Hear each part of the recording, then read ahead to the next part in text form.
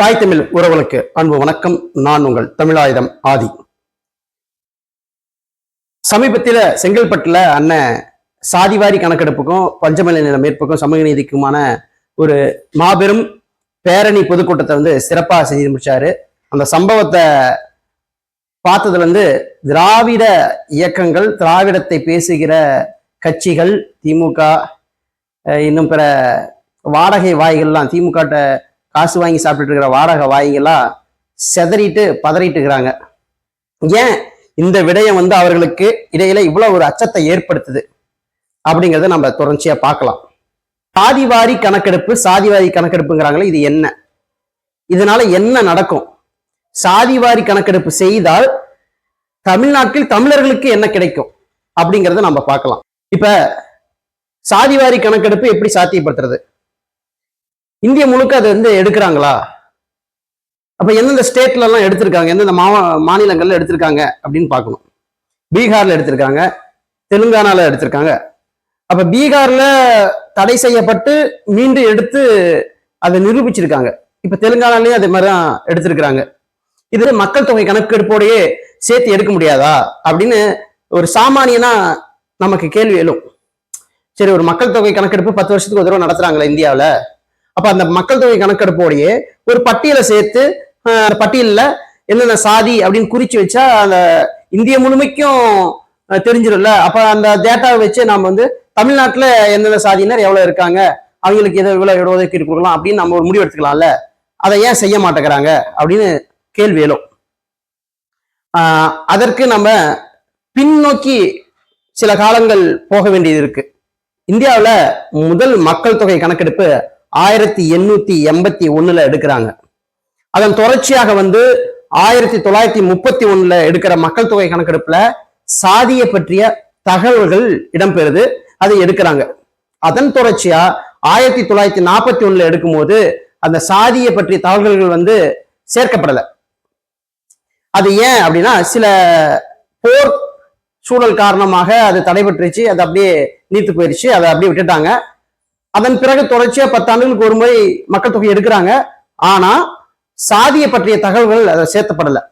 1901 எடுத்த கணக்கெடுப்பின்படி இந்தியாவில் இருக்கிற சாதிகளோட எண்ணிக்கை 1646 இருந்திருக்கு. அதன் பிறகு 1941 எடுத்தப்ப 4147 சாதிகளாக வளர்ந்திருக்கு. சுதந்திரம் அடைந்த பின்பு இந்தியாவில் நடந்த மக்கள் தொகை கணக்கெடுப்புல, அதாவது 1951 சாதி வாரியான கணக்கெடுப்பு கைவிடப்பட்டது. இருந்தாலும் அரசியலமைப்பு பிரிவின்படி 341, 342 பட்டியல் மற்றும் பழங்குடியின மக்களோட கணக்கெடுப்பு மட்டும் தொடர்ச்சியை எடுத்துட்டு இருக்காங்க. 2011 SECC சமூக பொருளாதார சாதிய கணக்கெடுப்பு நடத்தினாங்க.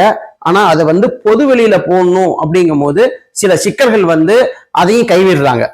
அதன் பிறகு 2021 கொரோனா காலகட்டத்துல மக்கள் தொகை கணக்கெடுப்பு எடுக்காம நிறுத்தி வைக்கப்படுது. பீகார்ல சாதிய வாரிய கணக்கெடுப்பு எடுத்து அதோட முடிவுகள் வெளியிடும் போது பிற்படுத்தப்பட்ட மக்கள் மொத்தம் 27%, மிகவும் பிற்படுத்தப்பட்ட மக்கள் 36%, ஷெட்யூல் காஸ்ட் மக்கள் 19%, அதர் காஸ்ட் அப்படின்னா 1%, 1.62% அந்த தரவுகள் வெளியிட்டிருக்காங்க. அதே மாதிரி தெலுங்கானாலையும் இப்ப எடுத்திருக்காங்க. சரி, இப்ப கொடுத்துட்டு இருக்க இடஒதுக்கீடு எதை வச்சு கொடுத்துட்டு இருக்காங்க? இப்ப கொடுத்துட்டு இருக்க இடஒதுக்கீடு சரியானதா, அந்த முறை சரியானதா அப்படின்னா அது நாம முழுவதுமா அப்படி சரியானதுன்னு சொல்லிட முடியாது. ஏன்னா 1931 எடுத்த மக்கள் தொகை கணக்கெடுப்புல சாதியை பற்றிய தகவல்கள் இடம்பெற்றிருக்குது. ஆனா அதை தொடர்ந்து இது இவ்வளவு காலங்கள் இவ்வளவு ஓடி இருக்குல்ல, அந்த இவ்வளவு காலங்கள்ல சாதியை பற்றிய தரவுகளோட எந்த ஒரு மக்கள் தொகை கணக்கெடுப்பும் எடுக்கப்படல. அப்ப 1931 எடுத்த சாதிய மக்கள் தொகை கணக்கெடுப்புல எடுத்த சாதிய தரவுகளை வச்சுதான் இது வரைக்குமே இடப்பங்கீடு வழங்கப்பட்டிருக்கு. அது எப்படி சமூக நீதியாகும்? இப்ப 1931 இருந்த இந்தியாவின் மக்கள் தொகையும் 2025 இன்னைக்கு இருக்கிற மக்கள் தொகையும் ஒன்னா? தமிழ்நாட்டுல வாழக்கூடிய வசிக்கக்கூடிய மக்களோட 1931 இருந்த மக்கள் தொகையும் 2025 இருக்கிற மக்கள் தொகையும் ஒன்னா? அப்ப மிகவும் பிற்படுத்த மக்கள் எவ்வளவு இருக்காங்க, பிற்படுத்தப்பட்ட மக்கள் இருக்கிறாங்க, எவ்வளவு பட்டியலின மக்கள் இருக்காங்க என்பது பொது பிரிவினர் எவ்வளவு இருக்காங்க அப்படின்னு சொல்லி எப்படி நம்ம கண்டறியறது?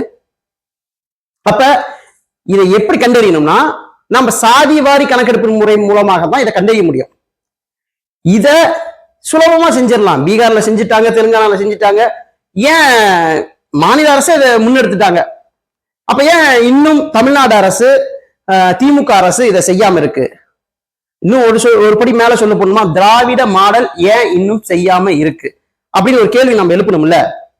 அப்ப திராவிட மாடல் ஏன் அதை செய்யல? சமூக நீதி பேசுற கட்சி அதை செஞ்சிருக்கணும்ல. பெரியாரியம் பேசுற கட்சி, நாங்கள் தான் சாதியை ஒழிக்க போராடினோம் என்று பேசுற கட்சி அதை செஞ்சிருக்கணும்ல, அதை செய்யல. ஏன்? அதாவது வடக்க கவுண்டரும் படையாட்சியும் பறையரும் எவ்வளவு இருக்காங்கன்னு அவங்களுக்கு உணர்த்திட்டோம்னா, அவங்க ஒன்று கூடிட்டாங்கன்னா நமக்கு இங்க வேலை எல்லாம் போயிடும். தெற்க தேவரும் தேவேந்தரும் கோணாரும் நாடாரும் செட்டியாரும் உடையாரும் பிள்ளைமார்களும் இன்னும் எண்ணற்ற தமிழ் சாதிகள் அவங்க எவ்வளவு எண்ணிக்கையில இருக்காங்கன்னு அவங்களுக்கு தெரிஞ்சிச்சு வச்சுக்கோங்களேன், அவங்க ஒற்றுமையாயிட்டாங்கன்னு வச்சுக்கோங்களேன், அவர்கள் ஆள முடியாது. அதன் காரணமாகவே இந்த சாதிவாரி கணக்கெடுப்பு முறையை எடுக்கிறதுக்கு இந்த திராவிட மாடல் திமுக அரசு பயப்படுது. அப்ப தெரிஞ்சிரும்ல இடஒதுக்கீடு எவ்வளவு, யாருக்கு எவ்வளவு போயிட்டு இருக்குது, அப்ப யாருக்கு எவ்வளவு கிடைக்கணும். அண்ணன் சொன்னார்ல, 5 பேருக்கு 50 பேர் இட்லி, 50 பேருக்கு 5 பேர் இட்லியா அப்படின்னு கேட்டார்ல, அந்த மாதிரிதான் இப்ப நாம எண்ணிக்கையில எவ்வளவு இருக்கோம் அதுக்கு தகுந்தா போல இடஒதுக்கீடு கொடுக்குறது தானே சமூக நீதி. அப்ப இந்த சாதிவாரி கணக்கெடுப்பு முறையை எடுத்தாதான் உள்ஒதுக்கீடு முறை வழங்குவதுல ஒரு தெளிவு ஏற்படும். இல்லைன்னா அந்த தெளிவு ஏற்படாது, அது சமூக நீதியாவே இருக்காது. இப்ப நிறைய பேர் கூவுவாங்க, என்னன்னு கூவுவாங்க, அது சொல்லுவாங்க, சாதி வாரி கணக்கெடுப்பு எடுத்தோம்னா அது சாதி அமைப்புகளுக்கு பலம் கொடுத்துறாதா, சாதியை வேறொன்று வச்சிடாதான்னு. சாதிய ஒழிக்கணும், சாதி இருக்க ஏற்றத்தாலும் ஒழிக்கணும். அதுக்கு திமுக அரசு செஞ்சது என்ன? மனசு தொட்டு மனசாட்சியோட சொல்லுங்க, செஞ்சது என்ன? அன்று தொற்று இன்று வரை நீங்கள் தமிழர்களை பிரித்து ஆள்வதை தவிர நீங்க வேற என்ன செஞ்சிட்டு இருக்கிறீங்க? சாதி வாரியா மக்கள் தொகையை கணக்கெடுப்பு எடுத்தோம்னா தான் தமிழர்கள் இங்கு எவ்வளவு பேர் இருக்கிறோம், தமிழர்களுக்கான பலம் என்ன அப்படிங்கிறது தமிழர்களே உணர்வாங்க. இதற்காகத்தான் அந்த செந்தமிழன் சீமான் அனைத்து தமிழ் சமூக தலைவர்களையும் அழைத்து வந்து அன்னைக்கு அவ்வளவு பெரிய பேரணி பொதுக்கூட்டத்தை வெற்றிகரமா நடத்தி முடிச்சிருக்காரு.